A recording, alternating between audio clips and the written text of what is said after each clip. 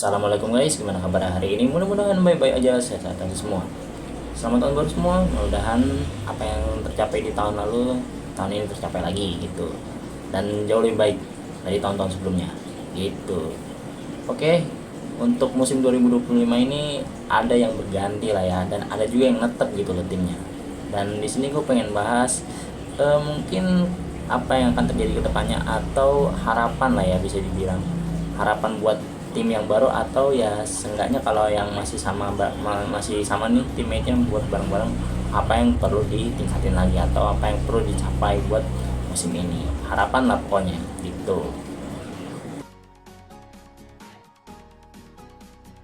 Yang pertama udah jelas pasti Ducati Lenovo. Kalau menurutku Ducati Lenovo di tahun lalu ya kurang aja sih, kurang beruntung, karena Peko banyak buat mistake di sprint race. Kalau di main race oke, bagus lah, 11 kemenangan, gila, di bawah orang 11 kemenangan, bagus.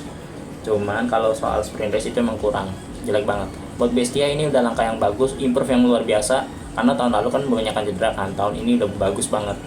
Tapi sayang diganti sama Marc Marquez yang lebih perform gitu.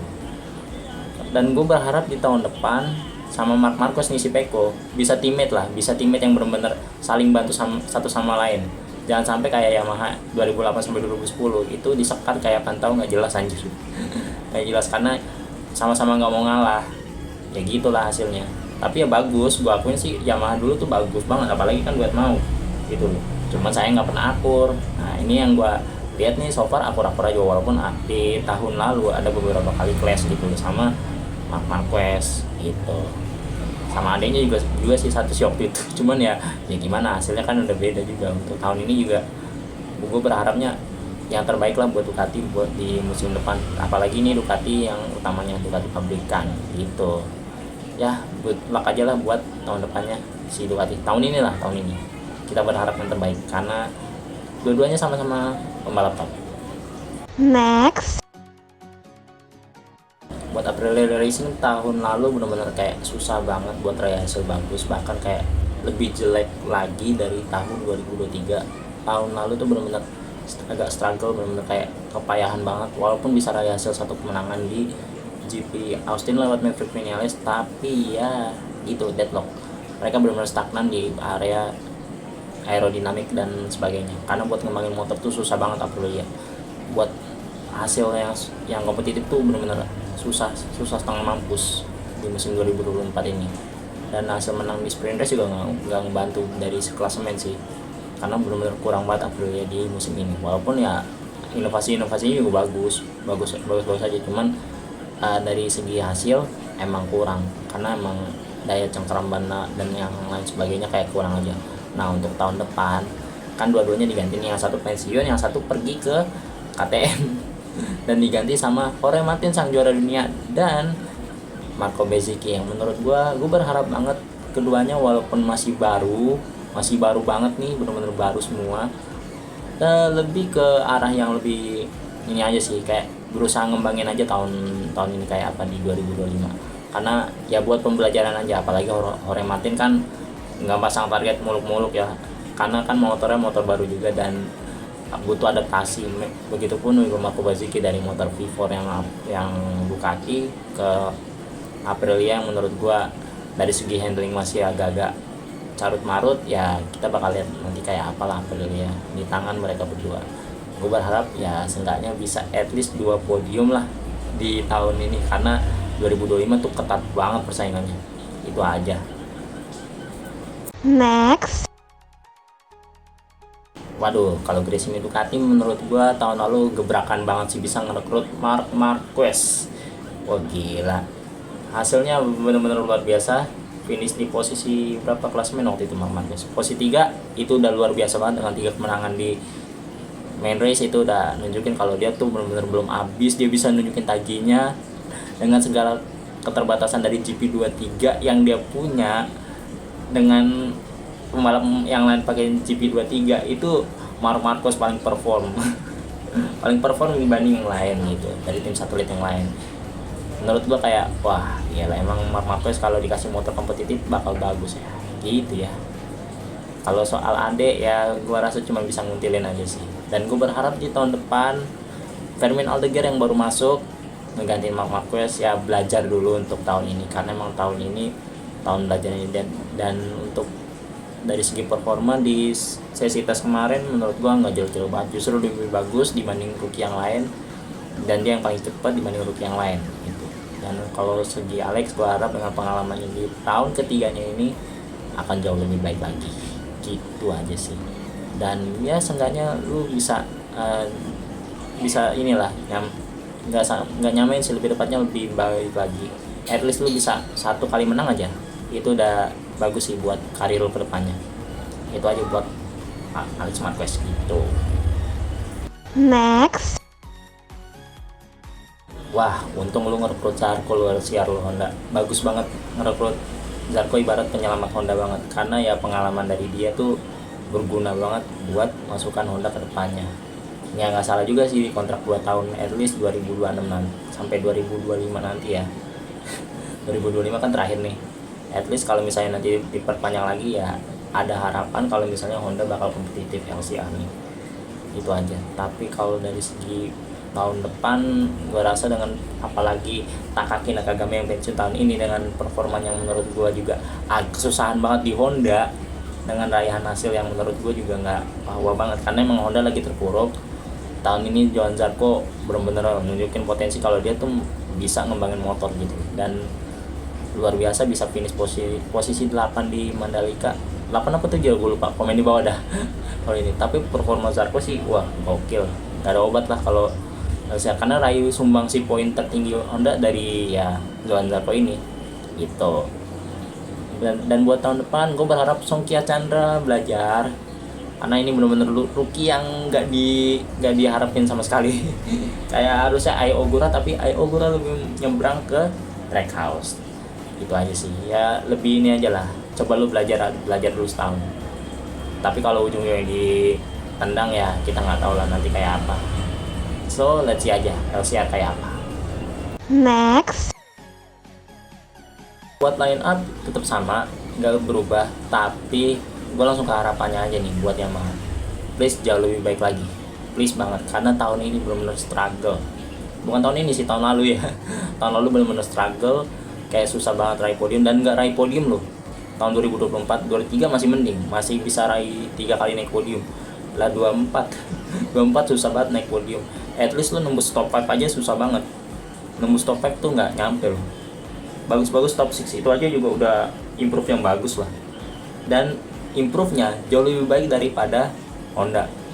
Yamaha arahnya udah jelas bakal kayak gimana ke depannya. Dan di 2025 ini katanya bakal pakai V4, dan kita bakal lihat aja mesin inline 4 yang bakal tetap dipakai atau akan beralih nanti ke V4. Kita bakal lihat aja nanti kayak apa, karena menurut gua Yamaha ini wah paling niat lah, karena kan rekrut engine dari F1 atau apalah segala macam kan dirombak segala macam, jadi biar komunikasinya jauh lebih enteng. Dan Yamaha tuh mau denger gitu loh apa yang dikeluhin sama Rossi, Quartararo tuh paling sering ngeluh kan. Cuman ya udahlah, nanti kita lihat Yamaha kayak apa kedepannya di musim 2025.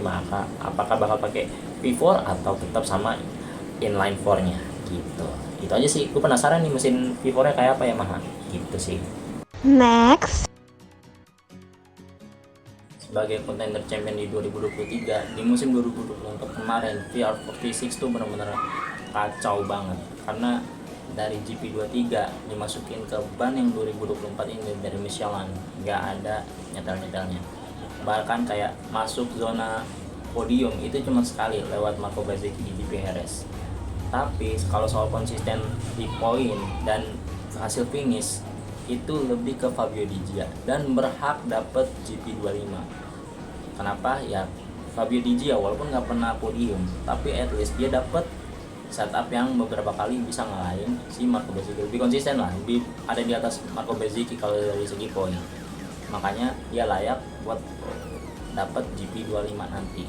Dan menurut gua Fabio Di Gia di GP25 nanti speknya akan jauh lebih bisa dapat podium, berharap ya, karena emang menurut gue di tahun depan ini dengan teammate yang baru Frankie Morbidelli ya mengganti Marco Bezzecchi yang ini paling rawan diganti buat musim 2026 karena ya Marco Bezzecchi tuh beruntung loh punya Rossi, nggak punya Rossi nasibnya ngampas sih sumpah. Tahun lalu 2024 sama Pramac kayak apaan ini kacau parah, nggak jelas anjir. Marco Bezzecchi Frankie benar-benar harus nunjukin sih musim ini, karena kalau enggak kacau, bisa ditendang nanti dari PR46 karena persaingannya ketat banget. Itu aja sih ya, yang at least lu bisa nunjukin lah di 2025 nanti kayak gimana.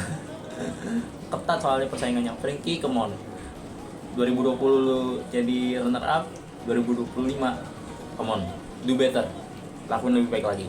Itu aja. Next. Pramac tahun ini gue kasih nilai 10 lah, karena hasil konsisten yang luar biasa lewat Jorge Martin, teammate yang benar-benar bukan teammate sih, lebih tepatnya Pramac perlakuan Jorge Martin kayak lu yang penting konsisten. Peko udah lihat kayak apa, yang penting udah jangan buat kesalahan yang aneh-aneh, jangan buat hal yang aneh-aneh. At least tahun ini dibayar dengan raihan gelar juara dunia, itu udah wah banget.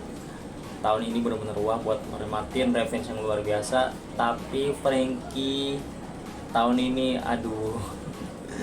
walaupun ada beberapa faktor cedera dengan GP25, padahal pakai GP25 loh, GP24 GP24, tapi nggak keluar taringnya sama sekali.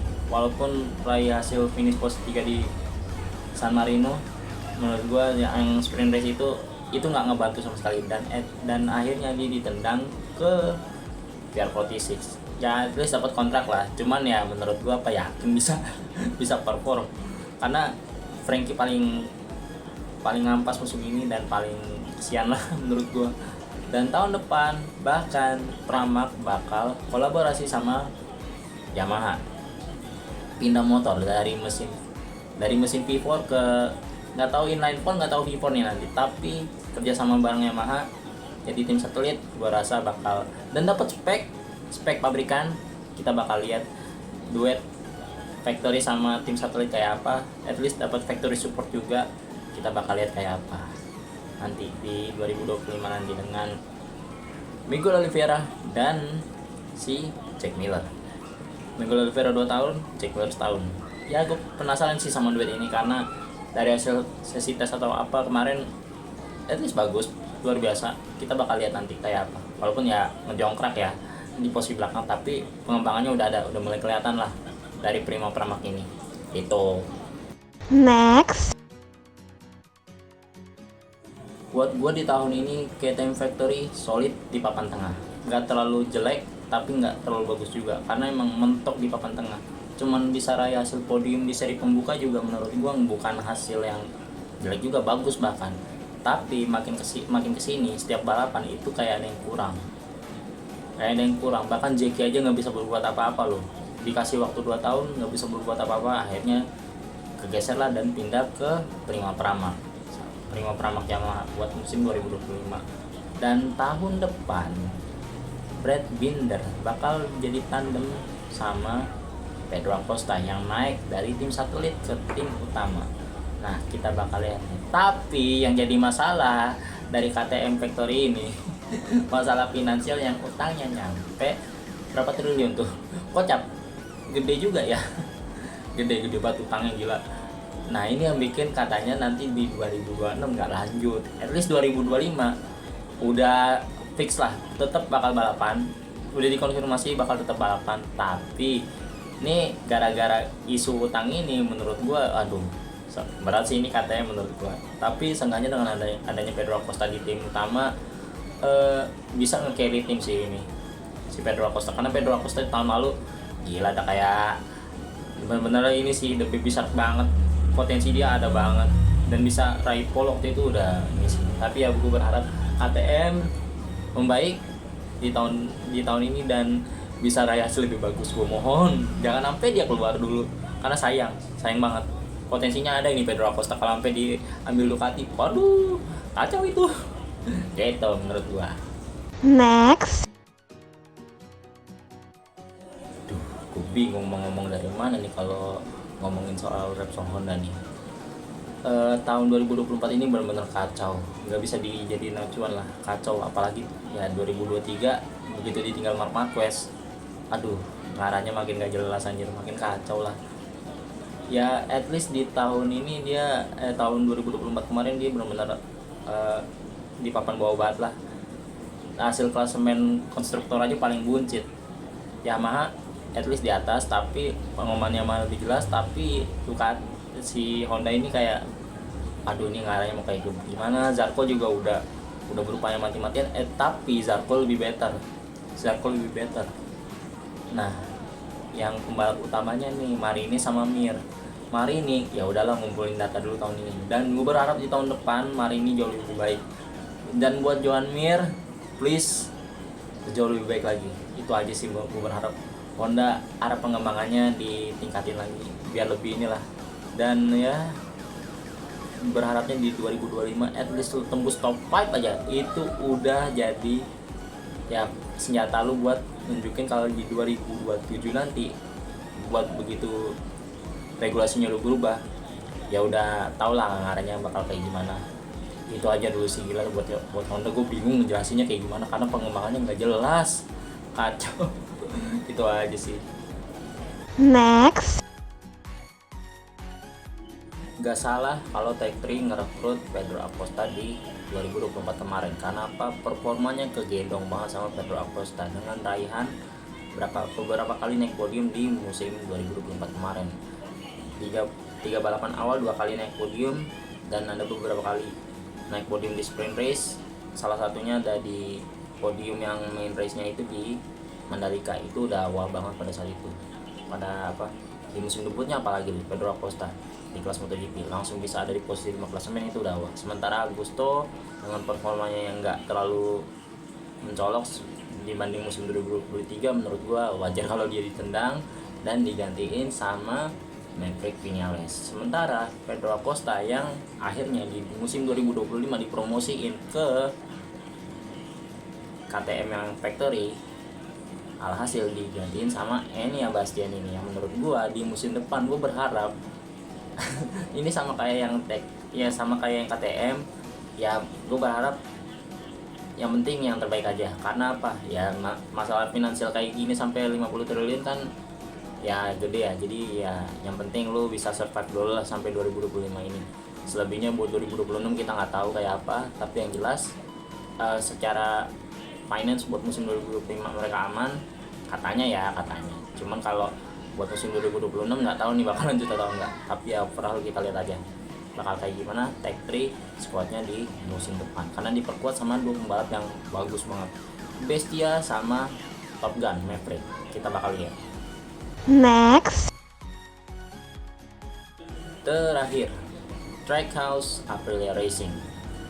Musim lalu bisa gue bilang cukup oke penampilannya, apalagi di musim debut, dan ngalahin Honda loh, jangan salah, 2 Honda bahkan. Miguel Oliveira hasil sprint race finish posisi 2 di Sachsenring itu udah bagus banget, bahkan ya ngalahin Raul Fernandez yang belum bisa raih podium di MotoGP. Walaupun ya itu cuma sprint race, tapi ya itu udah ngangkat pamor tim banget lah, karena itu musim debut Trackhouse yang menurut gua akhirnya bisa melihat Miguel Oliveira ada di podium udah sih. Tapi Raul Fernandez juga bukannya jelek ya, enggak ya, bagus banget, bahkan dua-duanya imbang menurut gua secara performa. Dan tahun depan Miguel pindah ke Yamaha, sementara yang masuk itu Ai Ogura, yang menurut gua Ai Ogura ini harus belajar lagi. Dan yang penting ya di musim pertama jangan buat aneh-aneh apalagi kesalahan. Yang penting lu belajar dulu di musim pertama. Dan buat Raul, lu harus bisa ngebimbing adik lu. Dan yang penting buat Trackhouse ini improve-nya adalah gue berharap improve aerodinamika dan yang lain-lain tuh bisa nyetel nantinya buat musim depan. Karena ya Aprilia Trackhouse ini menjanjiin loh menurut gue, karena Miguel aja bisa podium, kenapa Raul enggak gitu loh. apalagi ya Ayo Ogura dengan potensi yang dia punya sebagai juara dunia Moto tuh kita bakal lihat nanti kayak apa. Itu aja sih menurut gua kalau buat musim 2025 nanti gitu. Ini kalau gue hitung-hitung ada kali 20 menit gue bikin video, tapi ya dipotong-potong kayak gara-gara ada yang datang lah atau apa, pusing gue. Buat musim 2025 nanti di seri pembuka di Thailand kita bakal lihat kayak apa di Chang International Circuit. Soalnya seru banget, apalagi kan ini di Thailand seri pembuka kan di tempatnya Songkia Chandra, kita bakal lihat. Dan ya yang penting 2025 gue berharap tambah seru, tambah gila, apalagi dengan intrik-intrik yang katanya Liberty Media tinggal sedikit lagi karena masih ketunda. Kita bakal lihat nanti kayak apa. Itu aja sih. Oke, mungkin itu aja video dari gua, kurang lebihnya mohon maaf. Wassalamualaikum, pada yang salah mengkoreksi. Jangan lupa like, share, comment, dan subscribe.